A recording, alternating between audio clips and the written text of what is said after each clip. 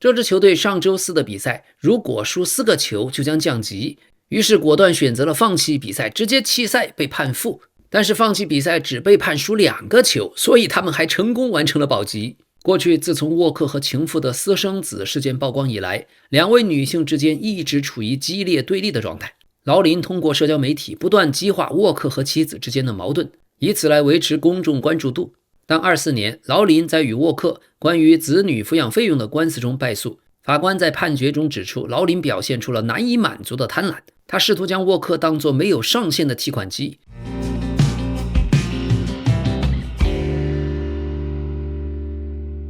好，朋友們，姆巴佩到底現在還能不能踢左邊鋒？今天咱們綜合各路消息，深入分析姆巴佩的轉型問題。喜歡的話，歡迎您支持、點讚、評論和熱推，也謝謝您點上一個訂閱。這裡是老 K 足球新聞，一個有溫度的足球頻道。最近有朋友問我，老 K 你喜歡看什麼漫畫、看什麼動畫、玩什麼遊戲？確實啊，咱們足球迷大部分都喜歡玩遊戲。老 K 最早是從90年代的《笑傲江湖》玩到《帝國時代》，再玩到后來的《魔獸爭霸》。最近老 K 也確實給大家挖到了一款超頂的遊戲，而且這個遊戲剛剛跟標誌性的大 IP 進行了重磅聯動，而且還把版本最強的坦克英雄給返場了。所以看完我今天的介紹，咱們的朋友可以白拿限定英雄，還有免費的傳說英雄，錯過就虧麻了。這次呀，就是 Raid Shadow Legends 啊，這裡面的終極亡靈騎士 UDK 真的是回來了。新的玩家用這個碼 UDKing 就可以直接免費領，而且 Raid 遊戲裡面直接免費出這種強度的傳說英雄幾乎沒有過呀。他100%能夠替全隊扛傷啊，敵人回血的時候他也能回，還能給全隊套一個大盾，加那種持續的治療，控場和減役樣樣都行。這款遊戲 Raid 我相信遊戲迷都知道啊，3A 畫質，而且跨平台都能玩。我喜歡用 Mark 玩，那個畫面看起來真的很精致。再加上這個遊戲可以直接點自動Auto 打，所以說有時候玩起來也不累。在 PVE 的遊戲裡面，它比同類的游戏內容要豐富太多了，搭配各種陣容也非常有自己的成就感。記住，大家透過老 K 足球新聞的專屬鏈接，還有這個 QR Code 下載遊戲的話，就可以獲得一個傳說英雄加一個史詩英雄。同時提醒大家，可以從6個可以用的兌換碼中選擇一個來用，又可以獲得一個傳說英雄。總之吧，千萬不要錯過限時活动嘛，先玩一玩再說。这种大游戏玩的人多，肯定有它好玩的道理。搞限时活动的时候，你参与进来，就很容易沉浸在裡面了。请在游戏裡搜我的游戏 ID KSoccer， 一起來玩吧。最近這場球關於皇馬、關於姆巴佩的定位非常有意思。到底姆巴佩還能不能打左邊鋒？那麼從這場比賽看，可能姆巴佩現在還根本打不了左邊鋒。本場比賽除了一個進球，其他的發揮姆巴佩基本不怎麼樣。上來就是一個傳球失誤，差點讓赫伊森背鍋。而且比賽場上姆巴佩也是各種傳球失誤，各種突破也被斷，基本上在場上沒有什麼存在感，而且跟貢薩洛加西亞之間沒有互動，沒有聯繫。在左路，姆巴佩明顯沒有過去小熊維尼修斯的那種精神，一次失敗以後他就回到中場要球，而且被斷了之後也不回追。另外少了維尼修斯在場上在左路的牽制，姆巴佩踢得非常艱難，總得面對2-3個人的包夾，幾乎就全是失誤。一個人在場上丟失了21次球權，全場最高，嘗試過人7次，但只有2次成功。在貝林厄姆和維尼修斯都不在場的情況下，僅從比赛内容來說，姆巴佩有些獨木難支，而且就看見他一直被斷球，左邊鋒這麼打是肯定不行的。皇馬上半場也就那麼4-5次有比較好的直塞球機會，都給了姆巴佩，但是1對1的姆巴佩就一直被斷，或者卡到底線，過人能力和盤帶基本沒有。那麼是不是因為年齡稍微大了一點，爆發力下來了？所以現在的姆巴佩是不是再想指望他帶球突擊就指望不上了呢？想想年輕時候的姆巴佩，小範圍的擺脫過人或者突破直接簡單的就靠逆天的啟動速度比你快那麼一下就行。本賽季初姆巴佩還可以來2下子，但到了現在賽季的中後段，比賽踢得越來越多，他被斷球的比率也直線上升。現在感覺姆巴佩到了皇馬面臨的問題和13到14賽季的 C 羅是一樣的。當時的 C 羅腳受傷以後，身體反應速度已經跟不上年輕時候的小羅時代的踢球模式，不再是邊路的爆點，所以當時 C 羅轉型成為進球機器。現在的姆巴佩可能也正在做同樣的轉型，這也許是最符合實際的選擇。在場上目前姆巴佩的技術，一個是逆足實在是太差勁兒，進球只能靠右腳。單就本場比賽來說，如果是職業生涯中後期的 C 羅，左腳是能夠直接來一腳的，但姆巴佩只能換到自己的右腳再處理，所以被瓦倫西亞的後衛把這一塊拿捏得死死的。外線適當的放一放，內線起碼2個人等着你。本來姆巴佩的動作頻率就偏慢，再那麼倒騰2下就沒法踢了。另外，姆巴佩的頭球和對抗實在有些差，指望不了他在禁區內，尤其是高空球去搶點。所以這場看下來場面就有些尷尬。但我想最重要的是，過去 C 羅有一種強烈的想成功的渴望，現在這方面姆巴佩是不是還沒那麼強烈？10幾歲橫空出世到現在，姆巴佩也差不多10年了，但是能夠拿出来的武器庫手段比較偏少，感覺還是出道的那2下子，而且現在越来越有些踢成4不像，邊鋒嘛不像，中鋒也不像，既要又要的結果往往是最後哪邊都沒撈到好。C 羅當年是深知自己的優勢在哪裡，所以30歲以後瘋狂減重，維持前鋒的前插速度和機動性，捨棄掉一些冗餘的身體對抗和盘帶。而姆巴佩未來的踢球思路到底在哪兒，現在老 K 還完全看不清楚。簡單說還沒有把思路想清楚，沒有花腦子想想自己到底該往什麼方向去轉型。從出道到現在，姆總的踢法基本上沒有變過吧，可能還沒有認真思考該轉型的事兒。甚至看姆巴佩18歲和27歲的集锦放在一起看，你分不清哪邊是現在的他。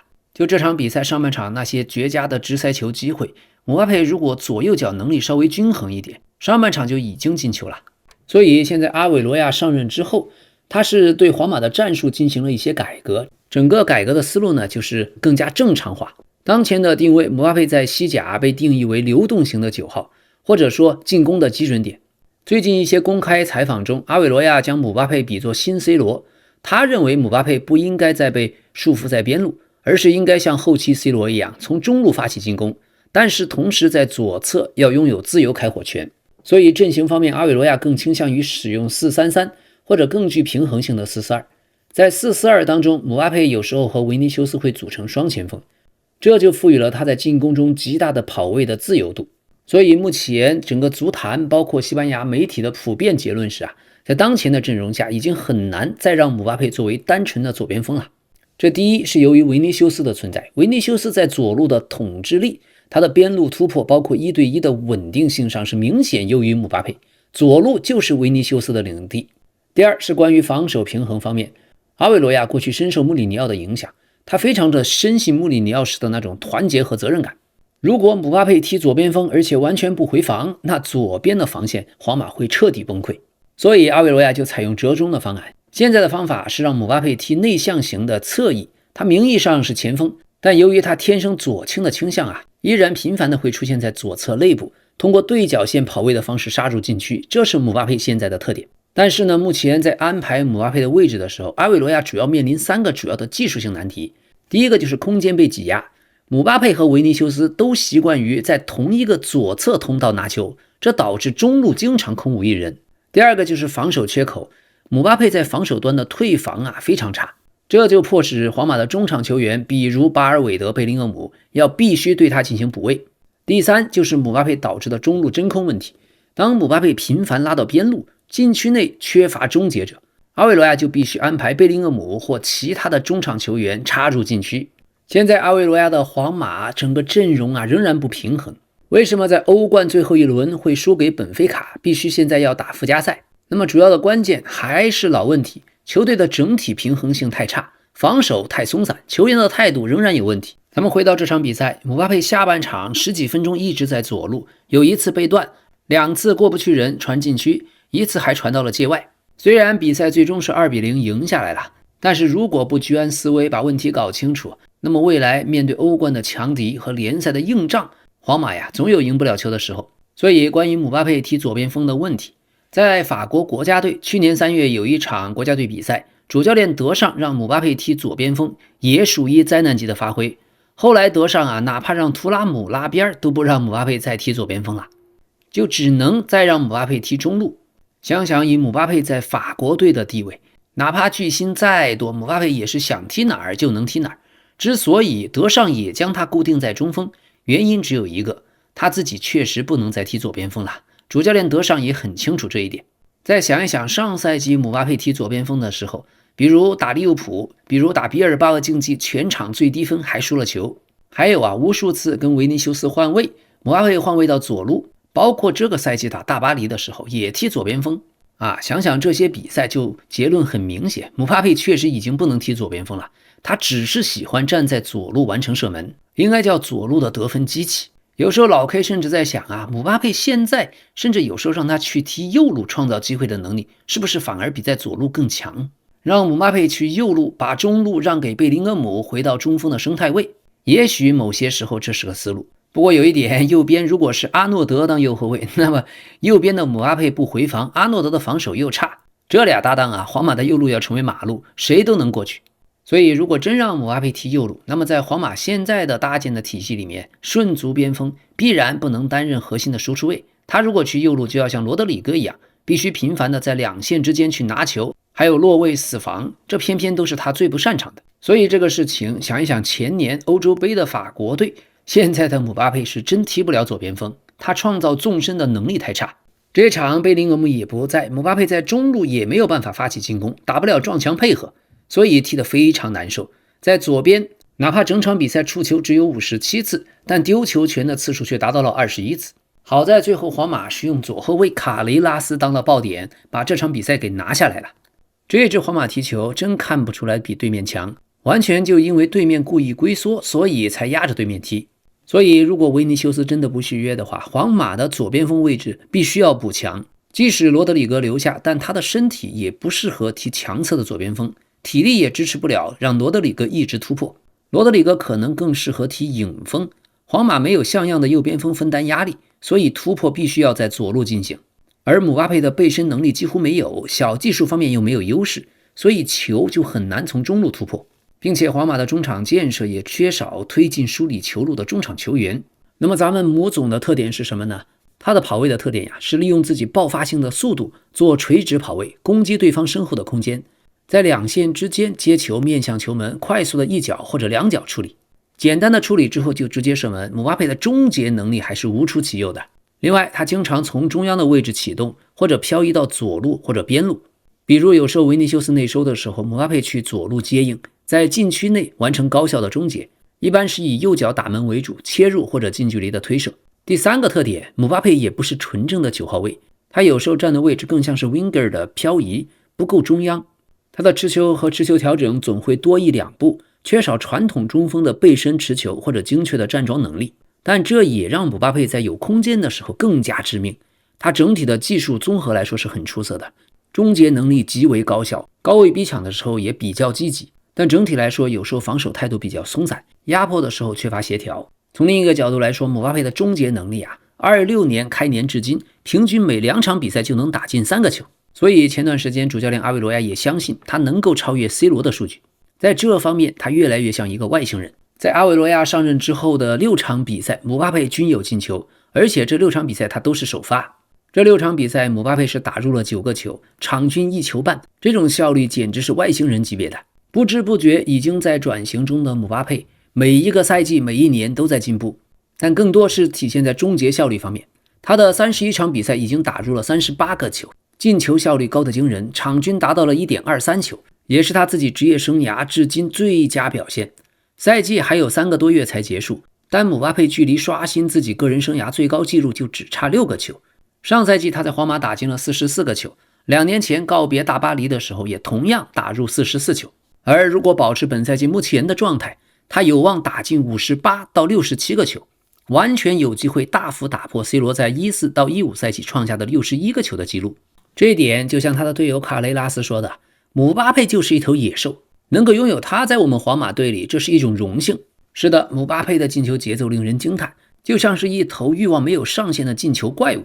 上賽季他平均每 107.8 分鐘打入1球，這樣的數據對任何其他球員來說都堪稱頂級了，但對姆巴佩來說卻算不上亮眼。因為在大巴黎效力的過去5個賽季裡，他的進球間隔時間從來沒有超過100分鐘，而如今的姆巴佩本赛季是每70分鐘就能打進1球。所以我們用直觀的数据來看，本賽季姆巴佩只用了2663分鐘就打入了38球，而此前2個賽季打入44個球的時候，23到24赛季效力大巴黎，他是用了3869分鐘，上賽季效力皇馬用了4745分鐘，如今距離個人紀錄只差6個球，分別已經少用了1200多分鐘和2000多分鐘，並且本賽季進入2026年之後，他的速度還在加速，這只能用瘋狂来形容。2024年他剛刚加盟皇馬的時候，24場比賽平均每 139.2 分鐘打入一個球。2025年自然年他是追平了 C 羅單年59球的記錄，進球效率已經大幅提升到每 83.1 分鐘就能破門。而2026年至今，他的进球效率比剛來皇馬的時候直接翻倍，現在已經平均每 61.6 分鐘就能打進一球，這完全是次世元的數据。现在在姆巴佩的職業生涯裡，從來沒有一支球隊像現在的皇馬這樣如此依賴姆巴佩和姆巴佩的進球嗅覺。他為這支皇馬已經貢獻了全隊 48% 的進球，全隊77個進球，姆巴佩一個人就打進了37個。而此前姆巴佩最高的球隊進球占比是23到24賽季在大巴黎時候的 35%。所以咱們結論出來了，姆巴佩雖然踢不了左邊鋒了，但在皇馬就是進球的保證。他的轉型在悄無聲息間已經展開，而且就跟 C 羅一樣，他會成為一個更加恐怖的進球機器。但現在的皇馬確實不太平衡，除了姆巴佩不愛跑之外，現在的居萊爾也是跑動非常少，非常懶。看完全場比賽，無論進攻還是防守，感覺居萊爾全都是匀速跑，就沒有全速跑過一次。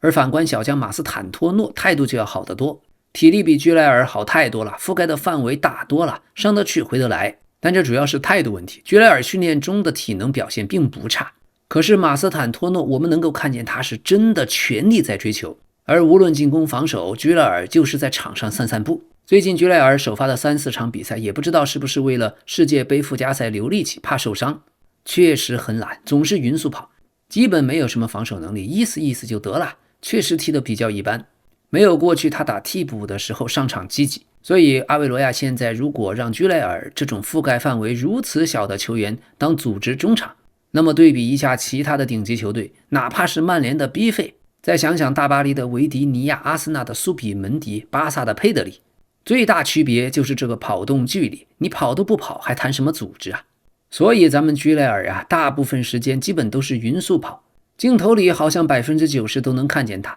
但無論攻防很多時候都是慢半拍，許多時候老 K 都不知道他在那裡幹嘛。再加上姆巴佩，這倆呀都不願意跑，還有居萊爾最大的問題是沒有擺脫能力，沒有洗球能力，遇到對方給他上身體就容易丟球權，碰到對方壓迫比較厲害的，在後場都轉不了身。最關鍵是他防守態度不積極，他所謂的防守就是跟着對方匀速跑，既不上身體也不干擾，就是目送對方拿球。總之皇馬的問題還是很嚴重啊，今年夏窗只能通過買人來解決。現在最新羅馬諾的消息，皇馬是確實很欣賞大巴黎的維迪尼亞，但大巴黎也確實不打算放人。而另一方面，阿爾克馬爾隊的中場球員斯密特已經進入了皇馬的眼簾，這個球員是由門德斯掌控，除了皇馬，英超也有許多頂級俱樂部正在關注，所以想要簽下他也不容易，大概4000到4500萬歐元是少不了的。現在皇馬計劃在2026年夏天啟動新一輪重建，重點是重建防線和中場，所以在這兩個位置上，今年夏窗皇馬會非常活躍。可惜目前大巴黎的態度非常明確，維迪尼亞擁有一份大巴黎的長期合同，薪水也很高，大巴黎將他視為球隊計劃中的關鍵一環，並不希望失去他。另外，維迪尼亞的成長除了主教練路易斯·恩里克以外，也離不開總監坎波斯的信任。正是坎波斯在維迪尼亞還沒有完全證明自己的時候，決定投入重金引進他。當時各界有許多質疑，但如今看來果然看準了，維迪尼亞已經成長為世界頂級中場之一。那麼關於阿爾克馬爾隊荷蘭球員中場斯密特20歲，目前阿爾克馬爾隊已經意識到自己沒有辦法在今年夏窗再留下施密特，所以已經請求超級經紀人門德斯介入幫忙抬價，他們希望轉會費能夠達到6000萬歐元。為此，俱樂部的管理層還專門前往葡萄牙波爾圖門德斯的公司總部，跟門德斯進行了長時間的會談。不過有一點，門德斯和皇馬的關係近年來不太融洽。過去他曾經推動了皇馬多筆重磅交易，包括 C 羅、穆里尼奧、迪瑪利亞、J 羅等等。但後來皇馬對門德斯一些操作失敗的失望比如約羅的轉會，最後球員卻選擇了曼聯，還有年輕球員保羅·雅各也沒有能夠留在皇馬，轉會到了葡萄牙體育。這些都讓皇馬和門德斯的關係變得緊張。不過如果真要簽下斯密特的話，皇馬就必須要跟门德斯達成妥協，這筆交易估計會比較複雜。現在皇馬的老隊長右後衛卡瓦哈爾因為缺乏上場機會非常不滿，皇馬也猶豫是否還要和他進行續約。他的合同6月就要到期，目前雙方也沒有進行任何談判。最近皇馬的4場比賽，卡瓦哈爾是1分鐘都沒有上。賽後也看到他在球場上和體能教練平图斯進行賽後的交流。接近他的消息人士透露，最近沒能上場，他變得非常生氣，但也表示自己会繼續努力訓練。而西班牙國家隊方面，主教練已經告知卡瓦哈爾，想要入選名單必須要保持出場時間。但現實情況是，卡瓦哈爾在皇馬連輪換都進不去了。今天就有報道，皇馬高層對自己中場問題沒有解決，其實是心知肚明。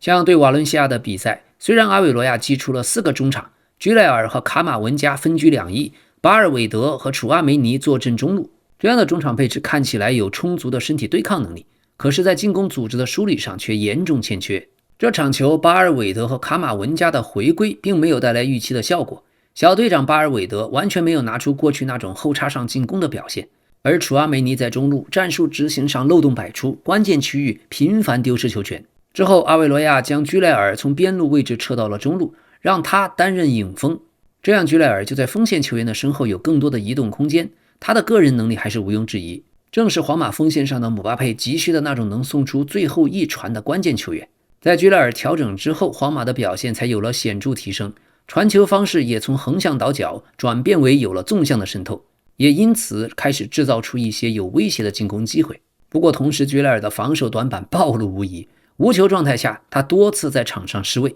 所以皇馬高層已經清楚認識到現在的陣容在中場環節問題非常多。過去阿隆索執教的時候曾經提出要簽下蘇比門迪，但皇馬最終沒能完成這筆簽約，蘇比門迪也轉投到了阿森納。這次引援失敗，皇馬管理層視作一個教訓，並計劃在26年夏窗至少要簽下一名中場大將，必須要解決球隊的中場問題。據報道，居萊爾在上周在皇馬的體能和耐力測試中是皇馬最佳，而他的場均預期助攻和創造機会次數在歐洲5大聯賽中場球員裡面目前也排名第一，平均每90分鐘有 0.34 次預期助攻，並可以創造出 2.94 次機會。所以居萊爾是解決了皇馬中場創造力的問題。但是就像老 K 剛才說的，僅此還不夠。皇馬的中场和後场問題有多嚴重呢？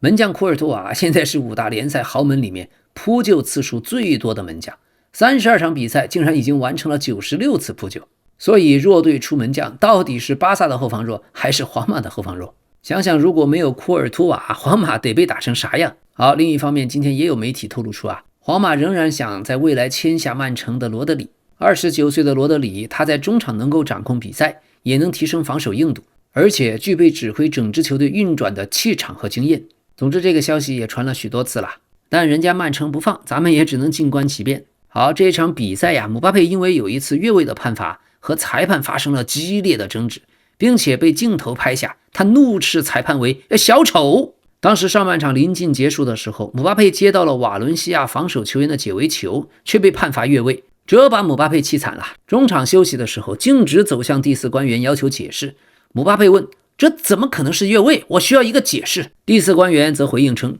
現在有攝像機對着，不太方便，我們進去再說吧。”姆巴佩接受了這個提議，說：“好，進去你解釋給我聽，因為我真的不明白。”然而在進入球員通道以後，第4官員並沒有理會姆巴佩。姆巴佩再次發問：“